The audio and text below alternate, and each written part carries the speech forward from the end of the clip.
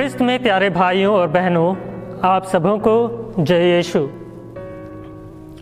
संत मार्कुस का सुसमाचार अध्याय 4 पद संख्याएं 26 से 34 के द्वारा हमें दो दृष्टांतों, बढ़ने वाले बीज और राई के दाने के बारे में बताया गया है।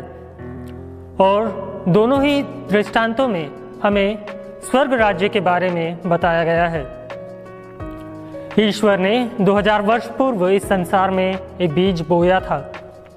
साथ ही साथ जब हम बपतिस्मा संस्कार ग्रहण किए थे तो हमारे आत्मा और हृदय में भी वह बीज बोया गया था।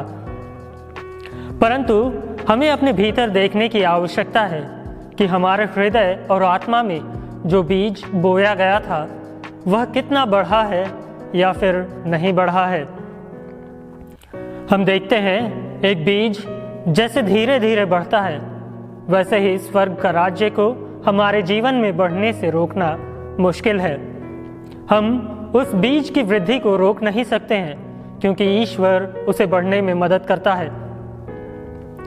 कई बार हम अपने जीवन में ईश्वर के कार्य को नहीं पहचानते हैं और कई बार जब हमारे जीवन में कुछ अच्छा होता है तो हम सोचते हैं कि यह संयोग से हुआ है।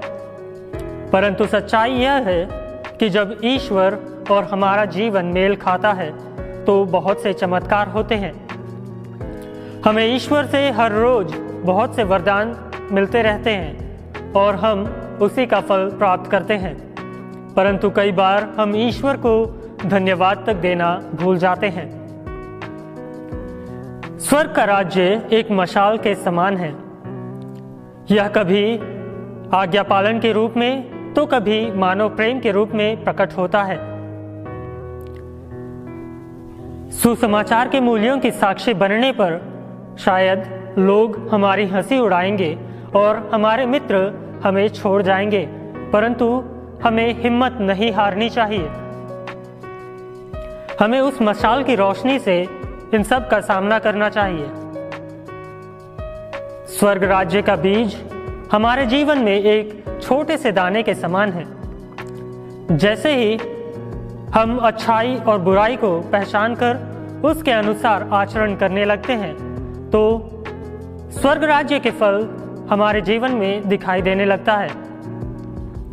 इस तरह हम अपनी छोटी मोटी तकलीफों में ईश्वर के प्यार को अनुभव करने लगते हैं और इसी तरह हम दूसरों की गलतियों को भूलकर उन्हें अपने भाई बहन जैसे प्यार करने में हमें हिम्मत मिलती है, क्योंकि स्वर्ग राज्य में ईश्वर हमारे माता पिता और सारी मानव जाति उनकी संतान है।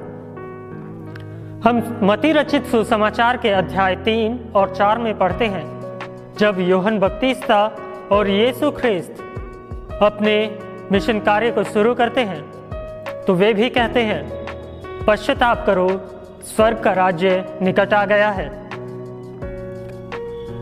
हम इस सुसमाचार में सुनते हैं कि जब पौधा बड़ा हो जाता है तो आकाश के पंछी उसकी छाया में बसेरा करने लगते हैं। हाँ प्रिय भाइयों और बहनों, कलीसिया भी हमारे लिए एक पौधे के समान है। हम उसकी छाया में बसेरा कर सकते हैं और उसकी छत्र छाया में हम अपने आप को सुरक्षित महसूस करते हैं। हम कई बार सोचते हैं कि हम स्वर्ग राज्य के बारे में जानते हैं। हाँ, हम जानते हैं, परंतु उसे पूरी तरह से समझ पाना हमारे लिए बहुत कठिन है। और यदि हम उसे समझना चाहते हैं तो हमें यीशु के पास आकर प्रार्थना और मनन चिंतन करने की आवश्यकता है, क्योंकि यीशु ही हमें स्वर्ग राज्य के बारे में पूरी तरह बता सकते हैं। जैसा कि इस सुसमाचार में भी कहा गया है, बाद में वे अपने शिष्यों को सब कुछ समझाते थे। स्वर्ग राज्य एक ऐसी अवस्था है जहां जाति, धर्म, रंग भेद के बिना हर मनुष्य को आदर, सम्मान और प्यार मिलता है।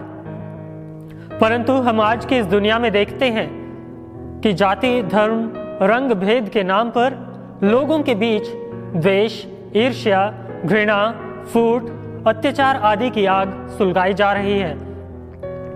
परंतु इसके बावजूद स्वर्ग राज्य रहस्यमय तरीके से बढ़ता और फैलता जा रहा है। यह ईश्वरीय कार्य है। दुनिया की कोई शक्ति इसे रोक नहीं सकती है।